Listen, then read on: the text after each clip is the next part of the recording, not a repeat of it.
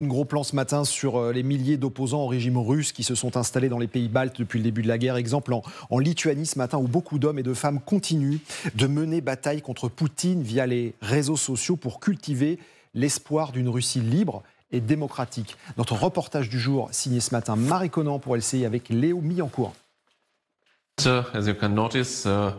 Vous avez sans doute reconnu la poupée du célèbre criminel de guerre. Derrière des barreaux, un drapeau LGBT à la main, Vladimir Poutine.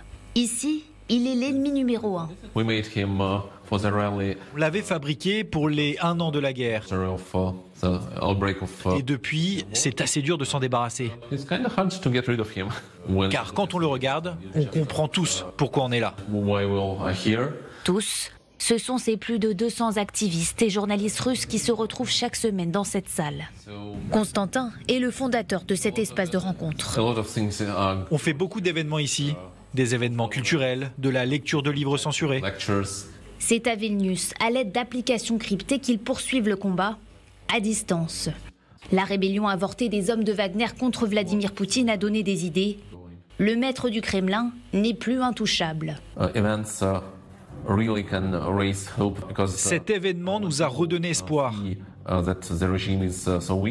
Parce que si les gens voient que le régime est si faible, peut-être que la prochaine fois, ils seront moins effrayés de faire bouger les choses. Ce conflit entre Poutine et Prigojine peut permettre d'ouvrir des opportunités d'agir. Bonjour. Salut.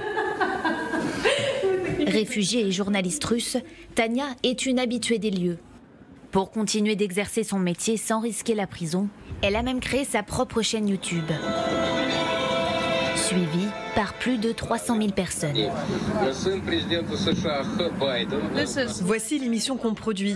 C'est la même matinale que nous faisions à la télévision russe, mais sur YouTube. On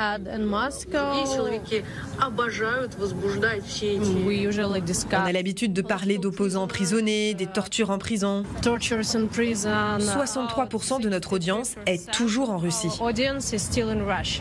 Après la tentative de putsch, Tania craint que la répression ne s'amplifie dans son pays. Je suis inquiète pour mes parents restés en Russie car je ne veux pas qu'ils soient arrêtés. Regardez, ça c'est mon beau-père, il est journaliste à Moscou.